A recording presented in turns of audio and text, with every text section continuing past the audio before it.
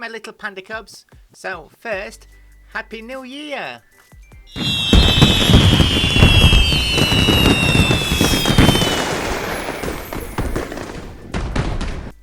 And a very happy birthday to Sophie.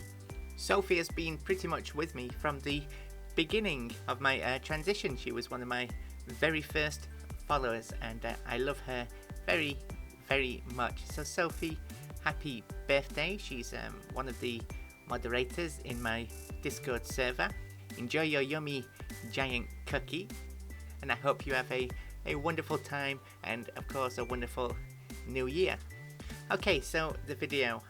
I'm ashamed to say that when I first started transitioning, I went through a not so proud era.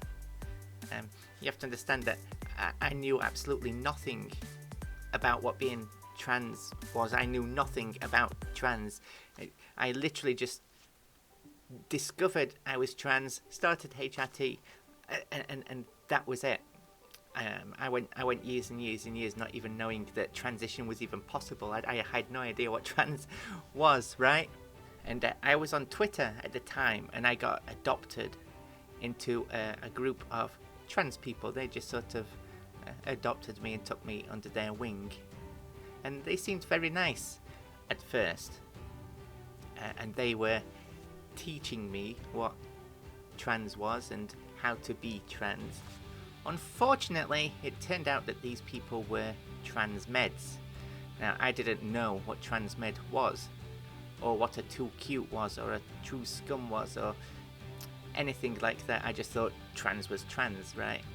And these people, they were telling me, oh, you don't pass yet, so you shouldn't dress like a girl yet, you should boy mode until you pass. And I was like, oh, okay. And and I listened to them, and I did. I boy moded for an entire year because of these. They gave me some brainworms about that. You're not allowed to express yourself until you pass. You're not allowed to dress like a girl until you look like a girl. And this was the kind of things that they were teaching me. It was several months into transition where I branched out and made newer friends. I sort of met some on Discord and through YouTube, things like that, and the information that they were giving me was contradicting the information that, you know, my circle was giving me. And that's when I sort of learned that my group maybe weren't the best for me, especially since in private they were very mean to people that they viewed as Hons. They would share pictures and mock people. Now, I wasn't passing at this time, so that made me paranoid. I was thinking, okay, what they're saying about me behind my back, right? Another thing they taught me was if I want to be a girl, I should stop liking girls. I should only like boys now. And they told me that I should get a boyfriend. So that's exactly what I did. These were the first people who adopted me and was teaching me how to be trans, and I'd say they set me back. They set me back a year. I got so filled with brainworms. I did. And I became self-hating. They teach you to hate yourself. And I think that's pretty much the ideology of trans meds. Self-hating trans people. And one thing I really don't like about them is they throw other trans people under the bus, thinking that it will get them validation from cis people somehow. They seek validation from TERFs and Nazis. I don't understand that. Oh, I hate these trans people because they're dressing like girls when they don't look like girls, so they're making us look bad to TERFs and Nazis. These trans people are the reason TERFs and Nazis want us all dead. That's their way of thinking, and I don't understand that the TERFs and Nazis want you dead because they're TERFs and Nazis. They want you dead regardless. You can pass perfectly and they still want you dead. So throwing other trans people under the bus isn't going to save you, is it? Oh, we have to be respectable, we have to be quiet and nice, and we have to fit into society's standards. Why? Why should we do that? Shouldn't it be society that changes their standards? Shouldn't it be society that gets a grip and accepts that people different to them exist?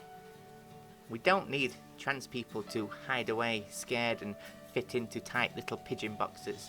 We need more trans representation and more trans visibility. I don't care what you look like. You dress however the hell you want. If TERFs and Nazis don't like it, that's their problem. Everybody deserves the right to be who they are, what they are. And, you know, it's a new year, so I say, if you're trans, any kind of trans, you be you. Make 2025 your year. You dress however the hell you like. You enjoy whatever the hell you like. You be as feminine or as masculine as you like. You be you. Another thing they used to tell me is, if you don't have dysphoria, then you're not really trans. But this is another thing that I've learned that is wrong this past year, because there's actually trans people who may not suffer dysphoria, but they experience gender euphoria. And that's valid too. Trans isn't just about suffering, it's about happiness in being yourself. And I think there's nothing more cruel than a trans person trying to suppress another trans person's happiness just because they hate themselves. That means the rest of us should too. No. Love yourselves. Love who you are. Be what you are. Have a great 2025. Zippity.